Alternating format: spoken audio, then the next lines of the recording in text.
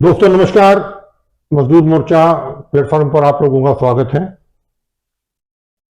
आज हम बात कर रहे हैं हरियाणा प्रांत में मेडिकल शिक्षा की स्थिति क्या है। हमारे यहाँ कितने मेडिकल कॉलेज हैं, उनमें क्या स्थिति है, उनके क्या बजट हैं और किस तरह के डॉक्टर बनाए जा रहे हैं और डॉक्टर बनाने के नाम पे क्या क्या पाखंड हो रहा है और कितने बजट की आवश्यकता होती है और कितना बजट दिया जा रहा है और किसी भी मेडिकल कॉलेज को चलाने के लिए क्या क्या प्री कंडीशंस होती हैं। इसके लिए जैसे पहले medical council of India MCI होती थी, अब उसको बना के नेशनल मेडिकल कमीशन बना दिया और उसकी क्या ड्यूटी होती है, उसकी सिफारिशों की क्या परवाह की जाती है और किस तरह की सिफारिशों की धज्जियां उड़ाई जाती हैं, ये बड़ा गौरतलब विषय है और मजदूर मोर्चा में हम लगातार इसका प्रकाशन करते रहे हैं। और डॉक्टर कोई छोटी मोटी चीज नहीं होती, इंसान की जिंदगी बचाने वाला एक आदमी होता है जिसकी एक बाकायदा ट्रेनिंग और पढ़ाई होती है और उस पढ़ाई के नाम पे, उसकी ट्रेनिंग के नाम पे जो मजाक चल रहा है वो बड़ा ही गंभीर विषय है। तो इसकी गहराई से इसकी जांच करने के लिए, समझने के लिए हमारे बीच में डॉक्टर जसवंत सिंह हमारे बीच में मौजूद हैं। किसी जमाने में इन्होंने भी रोहतक मेडिकल कॉलेज से एमबीबीएस और एमडी भले वक्तों में किया था और फिर लगातार करीब 36 साल तक ईएसआई कॉरपोरेशन के विभिन्न अस्पतालों में, मेडिकल कॉलेज में अपनी सेवाएं दी हैं। तो ये पूरा बेहतरीन ढंग से हमारी मेडिकल एजुकेशन का नक्शा प्रस्तुत करने का प्रयास करेंगे। डॉक्टर साहब बताइए कि हमारे यहाँ कितने मेडिकल कॉलेज हैं और उन मेडिकल कॉलेजों की स्थिति क्या है, उनमें कितने फैकल्टी है और उनमें क्या क्या चीजें होनी चाहिए और क्या क्या नहीं है और क्या क्या बजट होना चाहिए और क्या क्या है, और उनकी स्थिति का अवलोकन जनता को बताइए कि जो सरकार लगातार दावा कर रही है कि हमने इतने मेडिकल कॉलेज खोल दिए, हमने इतनी मेडिकल सीटें बना दी हैं, उनकी हकीकत क्या है, उससे जरा जनता को वाकिफ कराइए। डॉक्टर साहब प्लीज। धन्यवाद जी सतीश जी। मैं क्योंकि खुद भी मैं मेडिकल एजुकेशन से पिछले 10 साल से जुड़ा हुआ हूँ। रोहतक ईएसआईसी मेडिकल कॉलेज में एज ए फैकल्टी मैंने काम किया है और मेडिकल कॉलेज की व्यवस्थाओं को, जिसमें यूनिवर्सिटी का इंस्पेक्शन, पहले एमसीआई का, बाद में एनएमसी के इंस्पेक्शंस में मैंने भाग लिया है।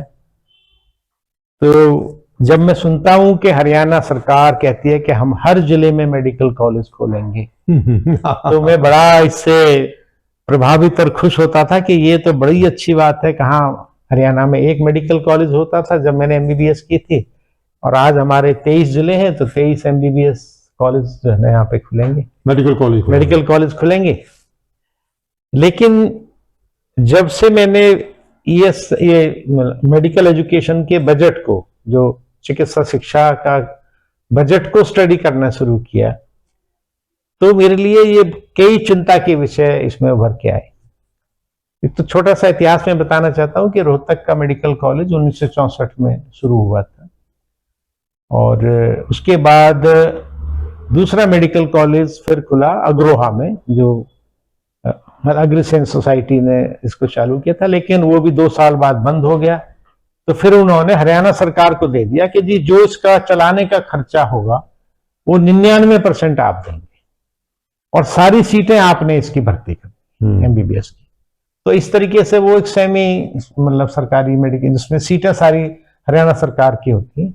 थोड़ी उनका जो है ना फीस अलग होती थी, ज्यादा फीस होती थी रोहतक से। तो ये एक मेडिकल कॉलेज इस तरीके से बने। उसके बाद फिर कांग्रेस सरकार ने यहाँ पे आकर के दो मेडिकल कॉलेज, एक खानपुर में और एक मेवात में, इन्होंने 2013 में चालू किए। ये भारत सरकार के स्पेशल फंड आए थे। स्पेशल फंड से था, एक का माइनॉरिटीज के डिपार्टमेंट से था और एक का वुमेन डिपार्टमेंट की, महिला बाल विकास की तरफ से। तो ये 2013 में 2 कॉलेज चालू हुए और तीसरा कॉलेज कल्पना चावला करनाल वाला मेडिकल कॉलेज चालू करने की बात थी, जिसके बनने में 8 साल लगे। 2016 में इसका पहला बैच आया।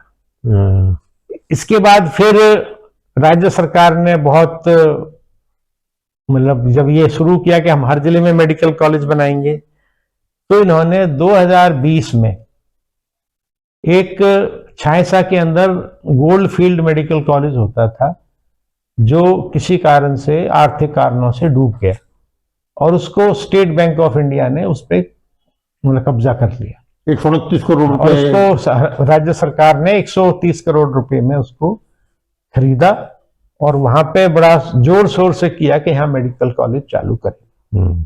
और 2022 में इनका पहला बैच आया यहाँ पे। अब चौथा बैच इस साल जो है, अब 5वां बैच आएगा, और इसका नाम रखा अटल अटल बिहारी मेडिकल कॉलेज। बेचारा इतना बढ़िया आदमी था, इतना बढ़िया नेता था, और उसके नाम पे जो कॉलेज खोला है उसकी जो दुर्गति हो रही है वो बड़ी देखने लायक दुर्गति है।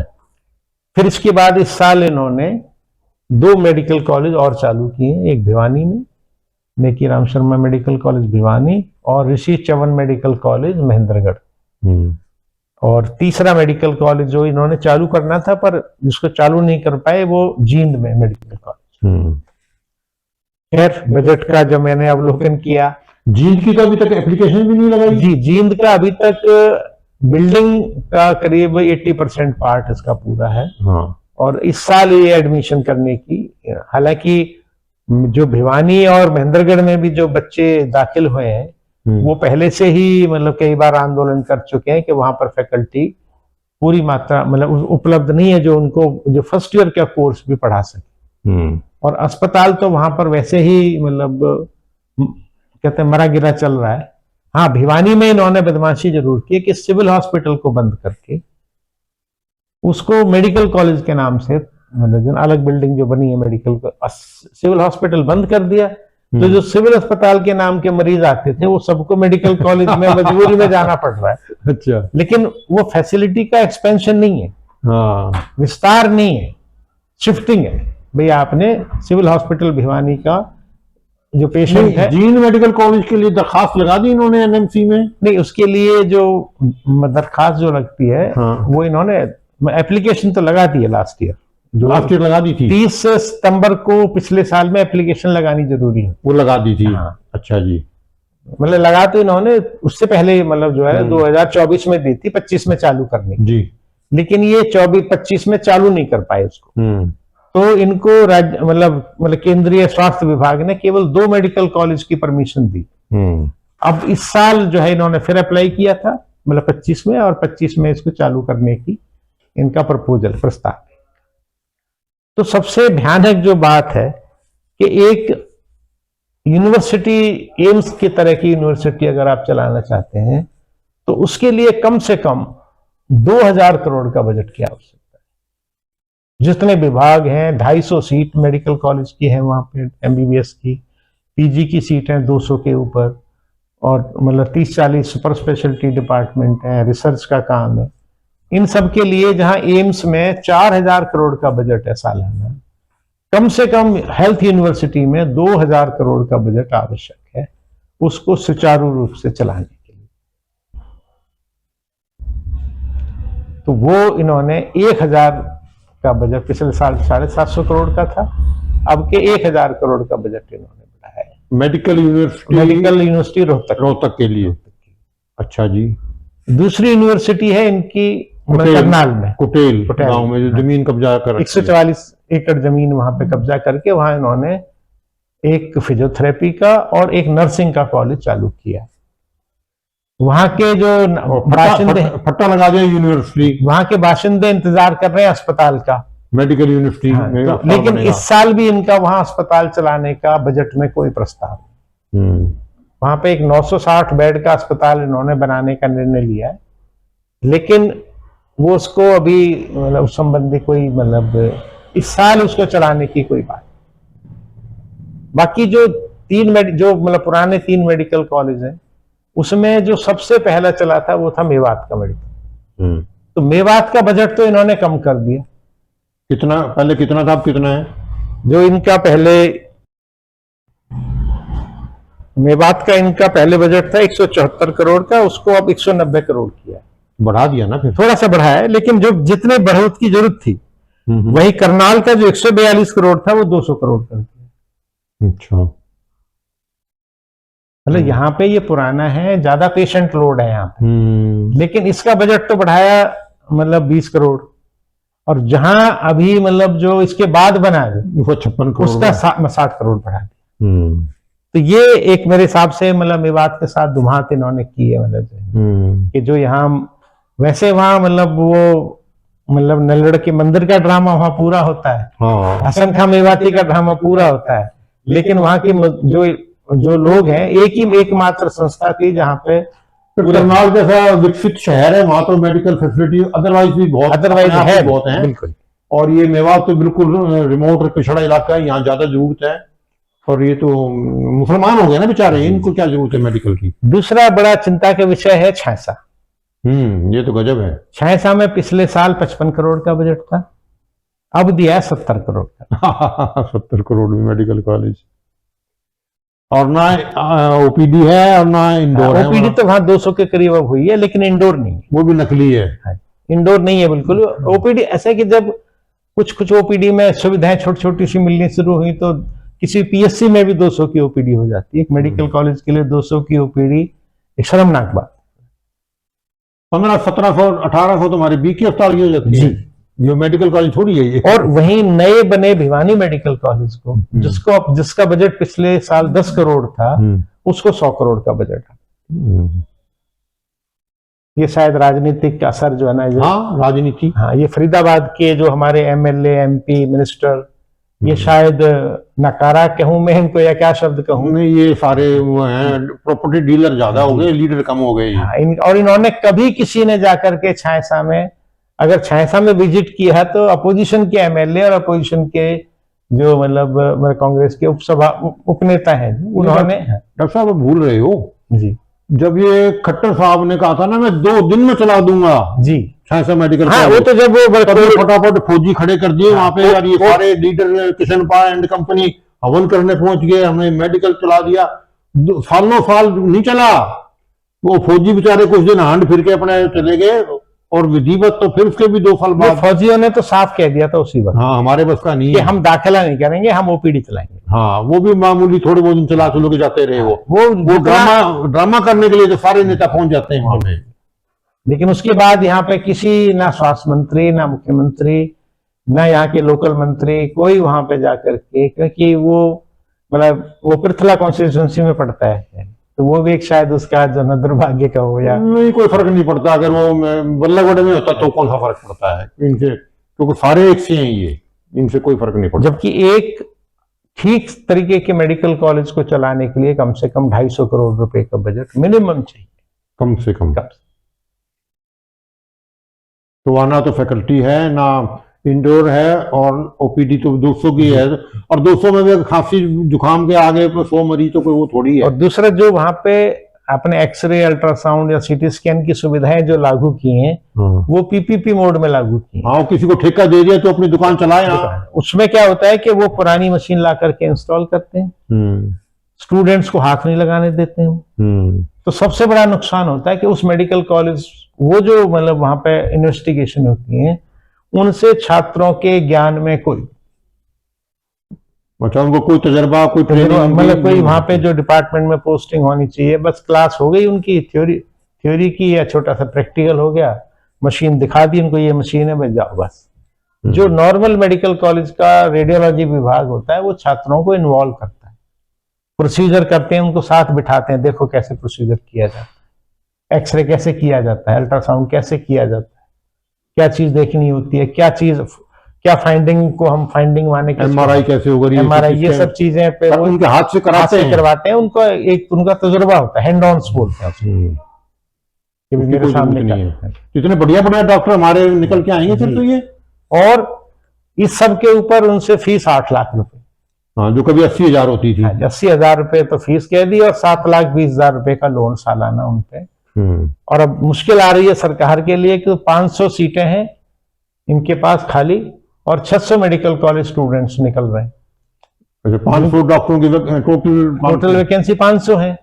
अब 600 डॉक्टर जो मतलब हर साल निकलेंगे, नहीं, आगे तो बढ़ेंगे, 600, 700, 800, 1200 तक है, और वो 5 साल नौकरी करेंगे। बॉन्ड हाँ, तो इनकी बॉन्ड पॉलिसी बिल्कुल फेल। खट्टर साहब की पॉलिसी खट्टर थी। साहब की जो बॉन्ड पॉलिसी हाँ, थी, और इससे छात्र अभी तक परेशान है कि भाई आप हमें मतलब बताओ क्या क्या तनख्वाह दोगे। ये भी इनकी बदमाशी चल रही है कि नॉर्मल तनख्वाह ना दे करके उनको जो एनआरएचएम की 80,000 रुपए की तनख्वाह है वो उनको दी जाए, जो 1.25 लाख रुपए तनख्वाह बनती है। वैसे एमबीबीएस की जो फर्स्ट एंट्रेंट की जो सैलरी है वो 1.25 लाख रुपए के करीब बनती है।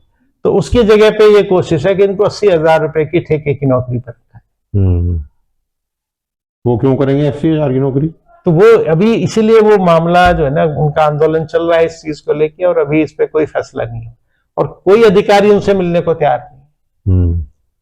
जबकि ऑल ओवर इंडिया एक पॉलिसी चल रही है कि ये जो बॉन्ड सिस्टम है इसने नुकसान किया है, तो सब अपना बॉन्ड घटाने जा रहे हैं। ईएसआईसी ने पहले 5 साल का बॉन्ड रखा था, फिर घटा करके 3 साल किया, फिर घटा के 1 साल किया, और इसको भी खत्म करने की बात हो रही है। और छात्र मांग कर रहे हैं कि हमें 2 साल बॉन्ड रखा जाए। हम जो है ना 2 साल सेवा देना चाहते हैं। हाँ, तो ये सेवा थोड़ी चाहिए इनको, सेवा नहीं चाहिए। वो चिढ़ है एक तरीके की, ये डॉक्टर बन गया, अब ये कुछ पैसे हमें दे के जाए, हाँ, या ये चुपचाप भाग जाए, बैंक को अपने आप लौट, जो इसका 70-80 लाख जो मतलब सेवा दे जाए, पैसे ना ले, मुफ्त में सेवा देवे, और हमसे पढ़ाई के हम पैसे लें इससे। हाँ। तो ये पूरा मतलब मेरे को नहीं लगता कि इससे कोई मेडिकल एजुकेशन की सही पिक्चर। आप हर जिले में मेडिकल कॉलेज खोलने से पहले जो मेडिकल कॉलेज आपने खोल दिया है उसको ठीक से चलाएं, ये मेरा मानना है। ऐसी मतलब भीड़ लगाने से कोई मतलब मेडिकल एजुकेशन का भला नहीं होगा, उल्टा नुकसान होगा। मेडिकल एजुकेशन का जनता का भला करना इनका उद्देश्य नहीं है डॉक्टर साहब, आप समझने की कोशिश करो। जी जी, इनका उद्देश्य है जनता को बेवकूफ कैसे बनाया जाए, जनता को बहकाया कैसे जाए, जनता को बताया जाए कि हमने कितने मेडिकल कॉलेज खोल दिए, हमने कितनी मेडिकल सीटें बढ़ा दी, चाहे कॉलेज में फर्स्ट ईयर का पढ़ाने वाले डॉक्टर ना हो, चाहे कोई सिस्टम हो या ना हो, लेकिन हमने इतनी सीटें बढ़ा दी हैं आंकड़े दिखाने के लिए, और बिल्डिंग देखो जी हमने खोल दिया। तो ये ड्रामा जनता को बेवकूफ बनाने का है। मैं इसमें एक बात मतलब जो ना एक बड़ी दुख भरी बात बताना चाहता हूँ। इसी एनएमसी ने जो Vaishno Devi medical college start हाँ, बड़ा गजब है वो तो। उसको बंद कर दिया कि वहां पे सुविधाएं थी, पूरी नहीं थी।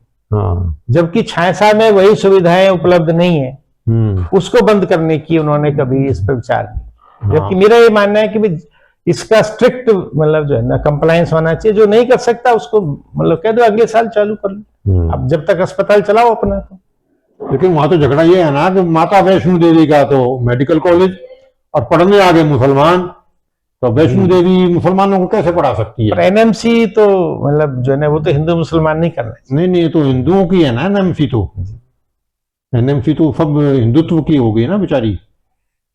चलो डॉक्टर साहब, और कोई खास बात बताना चाहेंगे? हाँ, बस मैं यही बताना चाहता हूँ कि सरकार को सभी मेडिकल कॉलेज को अच्छे से चलाना चाहिए, जो ऑलरेडी आपने बना दिए। नहीं, वो कोई चलाने की कोई इच्छा नहीं है। दूसरा, सभी छात्रों से बॉन्ड का जो है खत्म करना चाहिए, किसी भी तरह का बॉन्ड नहीं होना चाहिए। आप वैसे ही नौकरी के लिए जब आप पोस्ट निकालते हैं, आपका सुझाव बिल्कुल मान लेंगे, बॉन्ड हटा देंगे, उसको हम फीस रख देंगे। अब गलती हो गई जिन्होंने बॉन्ड रखा, आगे से कह देंगे हमने जितनी फीस लेनी है, इसने पढ़ना तो पढ़ लो, नहीं अपने घर को जाओ। मैं अपने जमाने में 500 रुपया मेरी फीस होती थी सालाना, और वो 500 रुपए की फीस भी बड़े जतनों से मतलब पूरी नेचुरली उस जमाने में। तो मेरा ये मानना है कि अगर आप समाज के लिए मेडिकल कुछ करना चाहते हैं तो लाखों मेडिकल डॉक्टर्स हैं जो अपनी सेवाएं सरकारी रेट पर देने को तैयार हैं। केवल आपके अंदर ये मतलब सब आप उनको लेने की, जैसे ईएसआई में ही करीब मतलब जो है 20,000 डॉक्टर्स डिस्पेंसरियों में होने चाहिए आज के दिन। कुल 5,000 डॉक्टर हैं जिनमें से 3,000 काम कर रहे हैं, तो 17,000 डॉक्टर तो ईएसआई को ही चाहिए अगले मतलब जो है ना 2 सालों में। वो सारा उन्हें पता है, पर सेवा देना तो प्राथमिकता में नहीं है। नहीं, पर ये मजदूरों ने तो अपना पैसा दिया है, ये तो पैसा ले लिया, पैसा और काम बहुत है ना करने के लिए, पैसा तो कहीं और लगाएंगे, शेयर मार्केट में लगाएंगे, कहीं और कोई मोदी जी के प्रोजेक्ट आएंगे, उनके लिए चाहिए ना पैसा। तो ठीक है डॉक्टर साहब, और आज के लिए जो हमने कहना था मेडिकल एजुकेशन के बारे में और हमारे डॉक्टर कैसे बनने जा रहे हैं, और हमारी जो हिंदुत्ववादी सरकार और हमारे जनता को क्या परोस रही है उसके बारे में कुछ थोड़ा बहुत बताने का हमने प्रयास किया। तो डॉक्टर साहब आपका बहुत बहुत धन्यवाद। धन्यवाद।